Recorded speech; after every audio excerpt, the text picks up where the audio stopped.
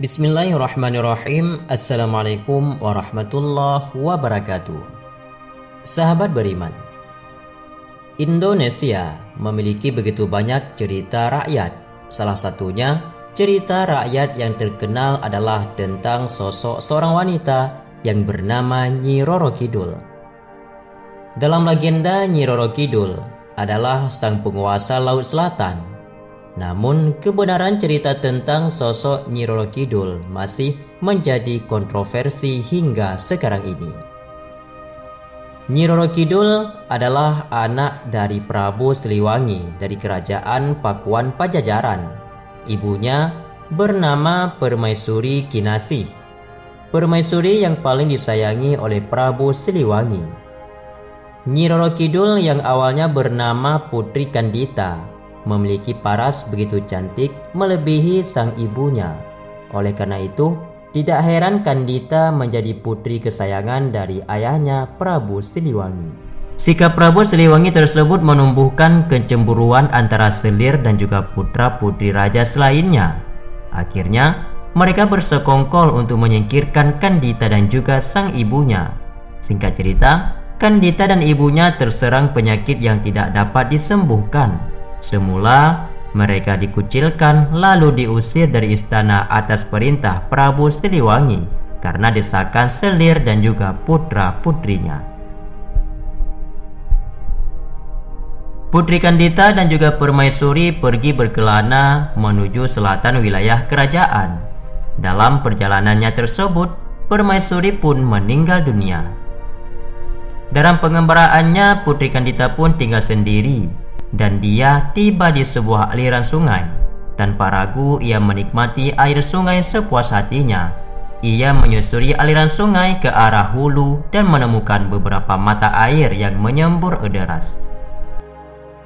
Lantas ia pun berendam. Dengan kesendiriannya ia menetap di dekat sumber air panas dan melatih olah kenurangan. Setelah sekian lama tinggal di sungai, tanpa disadari penyakitnya pun berangsur-angsur hilang. Setelah sembuh dari penyakitnya, Kandita melakukan perjalanan ke arah hilir sungai. Kandita terpesona saat tiba di muara sungai yang dekat dengan laut karena kecantikan alamnya. Setelah itu Putri Kandita memutuskan untuk bermukim di wilayah tepi laut sebelah selatan, wilayah Pakuan Pajajaran. Selama menetap di sana, Kandita dikenal luas hingga ke berbagai kerajaan di Pulau Jawa sebagai sosok wanita yang sangat cantik. Sejak saat kedatangan di situ, Kandita banyak pangeran yang ingin mempersuntingnya. Menghadapi para pelamar, Kandita pun mengajukan syarat, yaitu para pelamar harus mengalahkan kesaktiannya, termasuk bertempur dengan gelombang laut di pantai selatan Pulau Jawa. Apabila para pelamar kalah, maka mereka harus tunduk menjadi pengiringnya. Pertempuran pun sering dilakukan di kawasan sebuah teluk yang ada di pantai selatan. Putri Kandita bisa menguasai gelombang laut selatan sehingga mendapat gelar Ratu Nyi Roro Kidul, yang artinya Ratu Penguasa Pantai Selatan. Namun dibalik itu semua, perihal tentang biografi sosok Nyi Roro Kidul, ternyata ada kisah unik dari sosok Nyi Roro Kidul yang ingin saya kisahkan pada video kali ini. Kisah ini bisa jadi nyata atau cuma mitos fakta belaka saja. Namun kisah ini terdapat riwayatnya dari seorang sosok yang terpandang dan juga terpercaya. Adalah kisah unik perihal seorang sosok Nyi Roro Kidul yang sudah pernah naik haji dan berubah namanya menjadi Islami. Kisahnya bermula dari sosok seorang raja yang memiliki indera keenam melihat Nyi Roro Kidul melaksanakan ibadah haji di Baitullah, Mekah, Arab Saudi. Bahkan konon katanya usai melaksanakan ibadah haji tersebut, nama Nyi Roro Kidul pun berubah dengan nama yang sangat Islami. Sebagian orang mungkin mempercayai kisah tersebut, namun tak sedikit juga yang tidak percaya dan menganggap hanya dongeng belaka saja. Perihal itu tergantung pada diri kita masing-masing, boleh percaya ataupun boleh tidak. Dalam mitologi Jawa, Nyi Roro Kidul adalah sosok dunia lain terkenal dan sangat berkaitan erat dengan ilmu spiritualnya, yang namanya masih dikenal dan ditakuti sampai sekarang. Nyi Roro Kidul ini juga diyakini sebagai masyarakat sebagai penguasa pantai selatan atau Ratu Pantai Selatan. Konon, Nyi Roro Kidul adalah seorang putri cantik dari kerajaan Pajajaran. Dia kemudian mengalami penyakit kulit yang menjijikkan akibat diguna-guna oleh seorang dukun. Karena keadaan itu, dia pun kemudian melarikan diri ke Laut Selatan dan melompat ke laut yang berombak sangat ganas. Selanjutnya para lelembut mengangkatnya menjadi Ratu Pantai Selatan yang kini populer disebut Nyi Roro Kidul, penguasa Laut Selatan. Lantas, benarkah Nyi Roro Kidul beragama Islam dan sudah berhaji? Mitos ataupun fakta? Maka simak selengkapnya. Cerita Nyi Roro Kidul yang pernah terlihat naik haji ke Baitullah Makkah, boleh percaya ataupun tidak, penguasa pantai selatan itu ternyata sudah berhaji dan kini dipanggil Hajjah Siti Syarifah.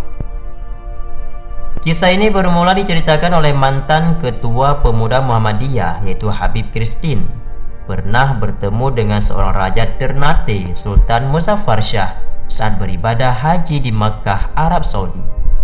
Pertemuan itu membawa kabar amat menarik, yaitu kisah yang sangat unik dan susah dipahami oleh akal sehat manusia. Sosok Sultan Muzaffar yang diyakini memiliki indera keenam itu mengaku pernah melihat Nyi Roro Kidul ikut berhaji dengan menggunakan pakaian haji dan juga berjilbab. Paginya, Nyi Roro Kidul ke Makkah untuk melaksanakan ibadah haji berbarengan dengan para penguasa alam lain di luar manusia. Dia terlihat di antara kerumunan manusia di Padang Arafah, ungkap Sultan Muzaffar.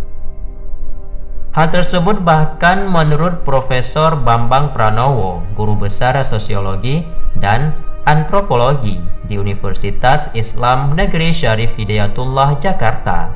Dia mengatakan bahwa pada tahun 2005 silam ketika ada Haji Akbar, Nyi Roro Kidul pun ikut berhaji.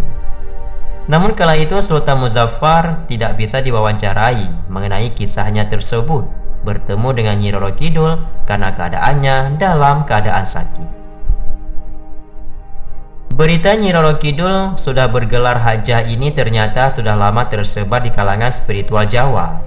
Hal tersebut bukan cerita baru namun sudah lama tersebarnya. Dampak positif perihal tentang kabar Nyi Roro Kidul masuk Islam dan telah pergi haji itu rupanya diyakini oleh orang-orang Jawa di sekitar Gunung Lawu, tempat yang dikenal sebagai dukun-dukun sakti. Mereka mempercayai jika ingin menghadap sang ratu harus menggunakan pakaian muslim. Mereka merasa malu menggunakan pakaian yang dianggap belum mencerminkan busana muslim. Bahkan orang-orang di sekitar Gunung Lawu tersebut pun sudah mulai belajar agama Islam. Jika dulunya mereka hanya pakai kemben ataupun kebaya, kini mereka memakai pakaian muslim lengkap dengan jilbab karena sebab Nyi Roro Kidul tersebut. Bahkan sang ratu pun dalam perwujudannya sudah tidak lagi memakai kemben seperti dalam lukisan-lukisan. Kini dia menutup auratnya termasuk memakai jilbab setelah berhaji. Namanya pun sudah berubah menjadi Hajjah Siti Syarifah. Nah, buat sahabatku semua, setelah mendengar kisah tersebut dan juga asal-usul kisahnya dan juga perihal tentang konon bahwa Nyi Roro Kidul sudah pernah naik haji dan juga merubah namanya, dia pun sudah memeluk agama Islam. Bagaimana tanggapan buat sahabat semua?